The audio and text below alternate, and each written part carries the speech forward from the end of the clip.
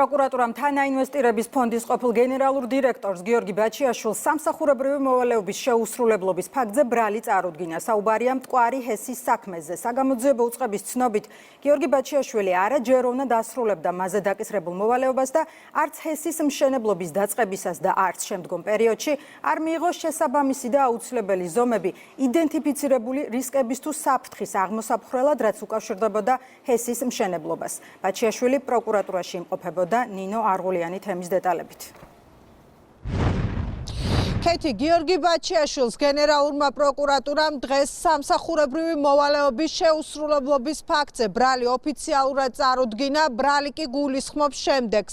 მტკვარი ჰესთან დაკავშირებით მიუხედავად იმისა, რომ რისკები და პრობლემები იდენტიფიცირებული იყო, როგორც პროექტის ხელმძღვანელმა გიორგი ბაჩიაშვილმა, პროექტზე პასუხისმგებელმა პირმა ბაჩიაშვილმა, იმ დროისთვის თანაინვესტირების ფონდის ხელმძღვანელმა არაფერი გააკეთა ამ რისკების აღმოსაფხრელად. რაც შეეხება საინვესტიციო მოცულობას, თავდაპირველად საინვესტიციო თანხა შეადგენდა 140 მილიონს, მოგვიანებით კი ასევე გიორგი ბაჩიაშვილის ხელმძღვანელობით ის 100 მილიონით გაიზარდა. ასევე პროექტი უნდა შესულიყო ექსპლუატაციაში 2019 წელს და დღემდე ექსპლუატაციაში შესული არ არის. ვკითხულობთ ამ ყველაფერს პროკურატურის განცხადებაში და სწორედ ეს ბრალი დღეს პირადად გააცნეს გენერალურ პროკურატურაში ბაჩიაშვილს, რომელმაც გამოსვლის შემდეგ რომ ეს საქმეც პოლიტიკურად მოტივირებულია, მიუხედავად იმისა, რომ პროკურატურის მიერ გავრცელებულ განცხადებაში მოყვანილ ფაქტებს თავად ბაჩიაშვილიც ვერ უარყოფს.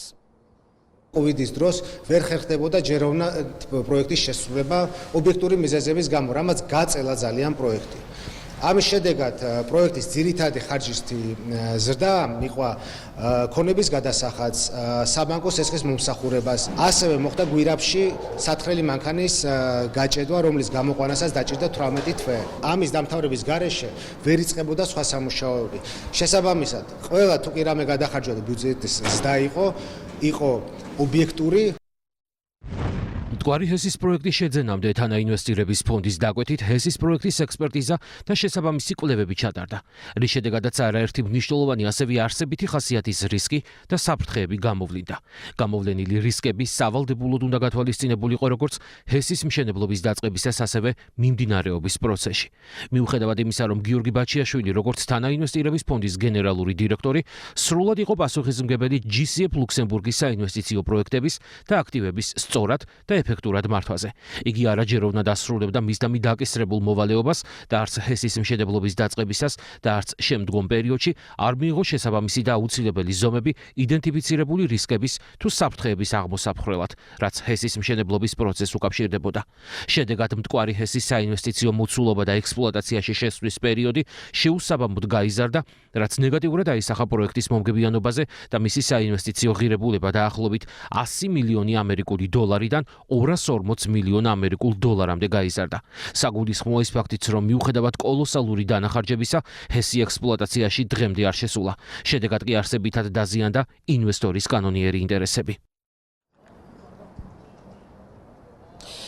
მთავრობის მეთაური და ასევე ქვეყნის პირველი კანონმდებელი ყველას მოუწოდებს თავი შეიკავონ სამართლებრივი საქმის შეფასებებისგან და ასევე იმისგან, რომ თითქოს ამ საქმის უკან პოლიტიკური მდგენელი დგას, რადგან დღეს ირაკლი კობახიძემ გაიხსენა, რომ ბევრი იყო ბრალდება იმის თაობაზე, რომ პოლიტიკურად მოტივირებული საქმეები არსებობდა საქართველოში, თუმცა საპირისპიროს ამბობდა ყველა ჯერზე სტრასბურგის სასამართლო. შესაბამისად, მმართველი გუნდის ლიდერები ბაჩიაშვილსაც და სხვებსაც მოუწოდებენ დაელოდონ ქართული მართლმსაჯულების გადაწყვეტილებას.